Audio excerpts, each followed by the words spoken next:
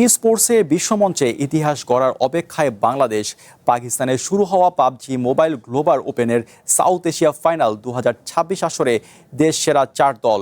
দক্ষিণ এশিয়ার বাঘা বাঘা দলগুলোর বিপক্ষে এবার লাহোরের ময়দানে লড়ছে A1RG sports, JCJSME sports, CMFE sports ও গ্যালাকটিক স্পিরিট।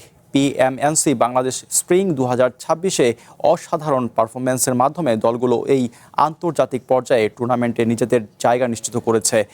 বাংলাদেশি দলগুলোর সমর্থন জানাতে দেশের বিভিন্ন শহরে বড় পর্দায় দেখানো হবে খেলাগুলো।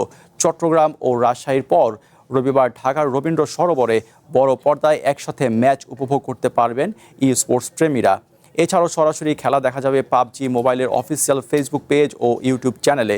আগামী 2 ও 6 জুন জাকার্তায় অনুষ্ঠিত হবে পাবজি গ্লোবাল ওপেন 2026 ফাইনাল। এশিয়ার মঞ্চে ভালো করে পাবজি মোবাইল গ্লোবাল চ্যাম্পিয়নশিপের টিকিট নিশ্চিত করাই এর মূল লক্ষ্য বাংলাদেশ।